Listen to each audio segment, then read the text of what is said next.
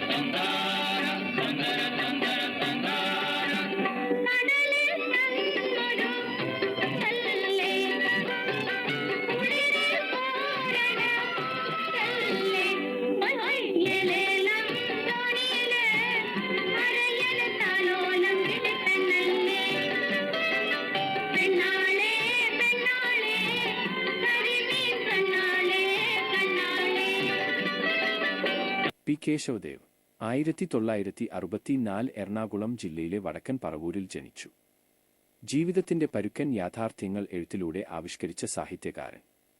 ചെറുകഥാകൃത്ത്, novelist, നാടകൃത്ത്, തൊഴിലാളി പ്രസ്ഥാന നേതാവ് എന്നീ നിലകളിൽ പ്രശസ്തൻ. ആദ്യ നോവൽ ഓടയിൽ നിന്ന് എന്നതാണ്. 20 നോവലുകൾ, 16ഓളം, 10ലേറെ നാടകങ്ങൾ, 7 ഏകാംഗ നാടക സമാഹാരങ്ങൾ, 2 ആത്മകഥാ രൂപത്തിലുള്ള കൃതികൾ. സന്ധ്യ ആയല്ലോ, പീടികയിൽ പോയ മോളെ കാണുന്നില്ലല്ലോ.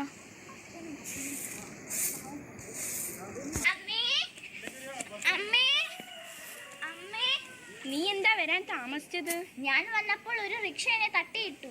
അയ്യോ മോളെ, നിനക്ക് വല്ലതും സംഭവിച്ചോ? ഇല്ല അമ്മേ, എനിക്കൊന്നും സംഭവിച്ചില്ല. നീ വാങ്ങിയ അരിയും ഉപ്പും മുളകും ഒക്കെ എന്തിയെ? റിക്ഷ തട്ടിയിട്ടപ്പോൾ സാധനങ്ങൾ മുഴുവനും തറയിൽ പോയി. അയ്യോ, ഇനി നമ്മൾ അത്താഴത്തിന് എന്തോ ചെയ്യും? ഇല്ലമ്മേ, ഇത് അതിൽ കൂടുതലുണ്ട്. നീയല്ലേ പറഞ്ഞേ ഇതെല്ലാം താഴെ ചിതറിപ്പോയെന്ന്? എന്നെ തട്ടിയിട്ട വണ്ടിക്കാരൻ വാങ്ങി തന്നതാണിത്. എന്താണ് അയാളുടെ പേര്? പപ്പു എന്നാണ് അയാളുടെ പേര്. അയാളുടെ വീട് എവിടെയാണ്?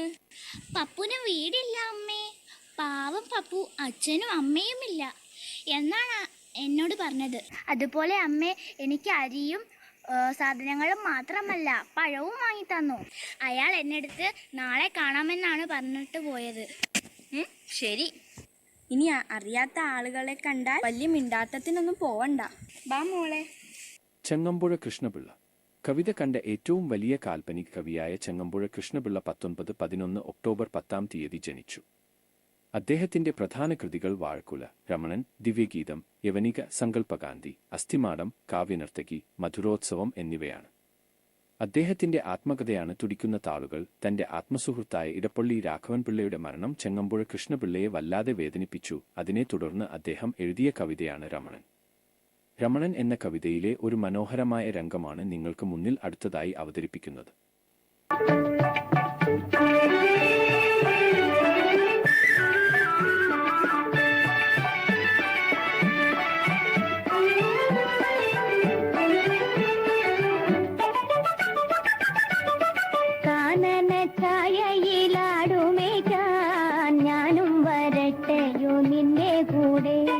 പാടില്ല പാടില്ല നമ്മെ നമ്മൾ പാടെ മറന്നൊന്നും ചെയ്തുകൂടാ. കാനന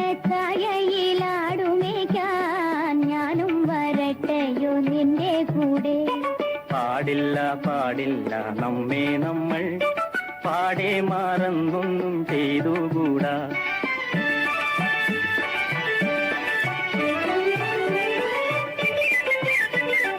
ഒന്നാവനത്തിലെ കാഴ്ച കാണാൻ എന്നെയും കൂടൊന്നു കൊണ്ടുപോകൂ. നിന്നെ ഒരിക്കൽ ഞാൻ കൊണ്ടുപോകാം, ഇന്നു വേണ്ടിന്നു വേണ്ടോ മലാളി. ഒന്നാവനത്തിലെ കാഴ്ച കാണാൻ എന്നെയും കൂടൊന്നു കൊണ്ടുപോകൂ. നിന്നെ ഒരിക്കൽ ഞാൻ കൊണ്ടുപോകാം, ഇന്നു വേണ്ടിന്നു വേണ്ടോ മലാളി. കാനന ഛായയിലാടുമേക്കാൻ ഞാനും വരട്ടെയോ നിന്റെ കൂടെ. പാടില്ല പാടില്ല നമ്മെ നമ്മൾ പാടെ മറന്നൊന്നും ചെയ്തുകൂടാ.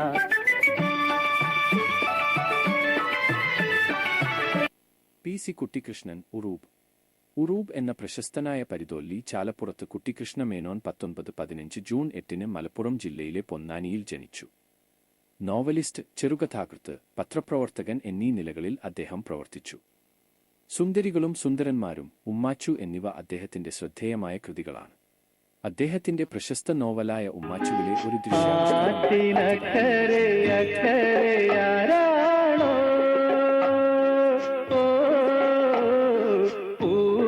നിക്കണ പൂമരമോ എന്നെ കാത്തു നിക്കണ പൈങ്കിളിയോ. ആറ്റിനക്കരെ അക്കരെ നിക്കണതാരാണോ ആരാണോ. ഓ ഓ ഓ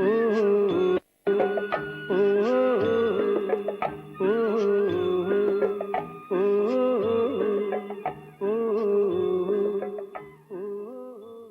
വൈക്കം മുഹമ്മദ് ബഷീർ 1908 ജനുവരി 21 കോട്ടയം ജില്ലയിലെ വൈക്കത്തിനടുത്ത് തലയോലപ്പറമ്പിൽ ജനിച്ചു. ബേപ്പൂർ സുൽത്താൻ എന്ന അപരനാമത്തിൽ അറിയപ്പെട്ടിരുന്ന അദ്ദേഹം മലയാള നോവലിസ്റ്റ്, കഥാകൃത്ത്, സ്വാതന്ത്ര്യസമരസേനാനി എന്നീ നിലകളിൽ പ്രശസ്തനായിരുന്നു. ജനകീയനായ എഴുത്തുകാരനായിരുന്നു അദ്ദേഹം. അദ്ദേഹത്തിന്റെ പ്രസിദ്ധീകരിച്ച ആദ്യ കഥംഗമാണ് ആദ്യ നോവൽ പ്രേമലേഖനം. തന്റേതു മാത്രമായ വാക്കുകളും ശൈലികളും ആണ് അദ്ദേഹത്തിന്റെ രചനകളുടെ സവിശേഷത. ബാല്യകാലസഖി, നൃപ്പുപ്പാക്ക്, ഒരാനയുണ്ടാർന്നു, പാത്തുമ്മയുടെ ആട്, മതിലുകൾ, ഭൂമിയുടെ അവകാശികൾ എന്നിവ ബഷീറിന്റെ ശ്രദ്ധേയമായ കൃതികളാണ്. അദ്ദേഹത്തിന്റെ മതിലുകൾ കൃതിയിലെ ഒരു മനോഹരമായ ദൃശ്യവിഷ്കാരമാണ് അടുത്തതായി നിങ്ങൾക്ക് മുന്നിൽ എത്തുന്നത്. പേരെന്താ? ബഷീർ.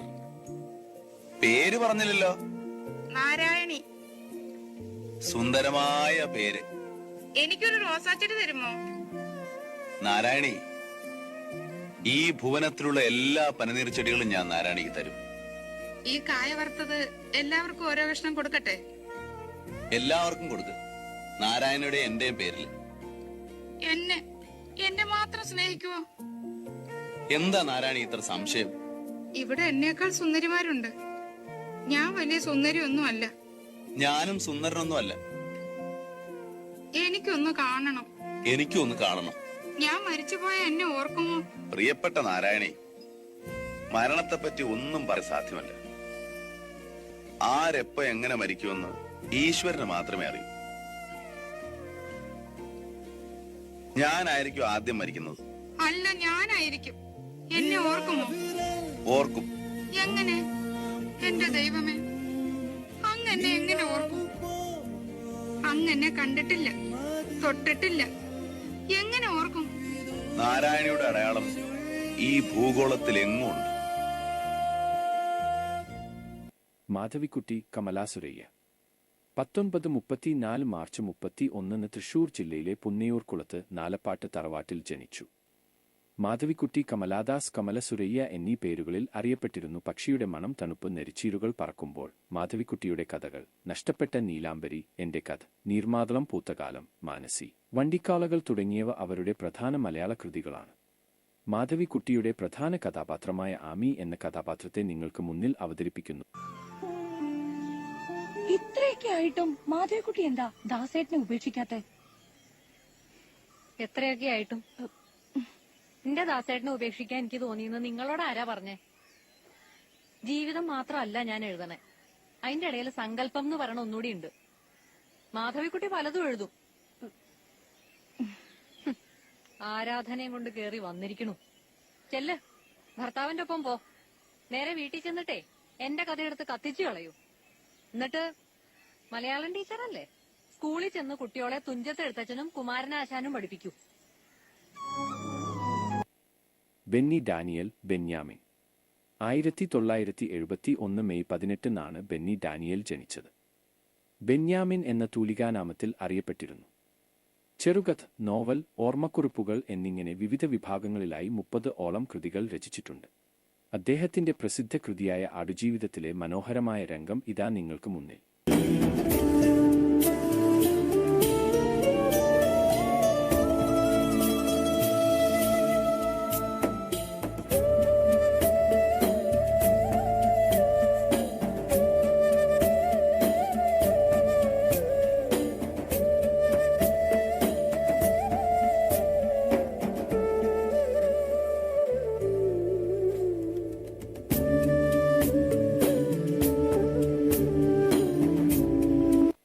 ടി വാസുദേവൻ നായർ. മാടത്ത് തെക്കേപ്പാട്ട് വാസുദേവൻ നാരായണൻ നായർ എന്ന ടി വാസുദേവൻ നായർ 1933 ജൂലൈയിൽ പാലക്കാട് ജില്ലയിലെ കൂടല്ലൂരിൽ ജനിച്ചു.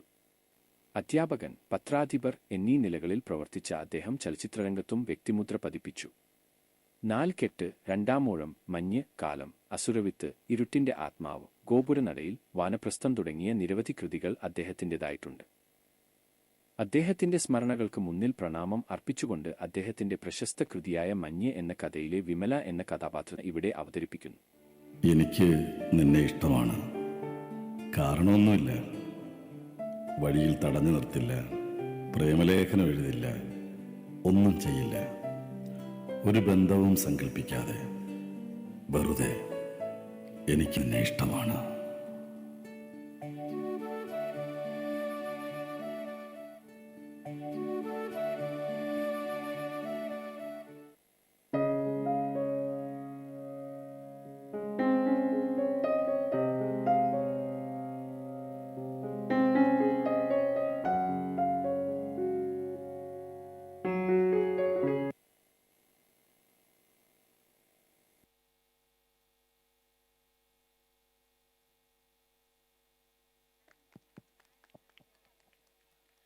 ഒരായിരം ഓർമ്മകളുടെ മധുരം നുകരാൻ സാഹിത്യലോകം എന്ന ഈ ദൃശ്യാവിഷ്കാരം നമ്മെ സഹായിച്ചു.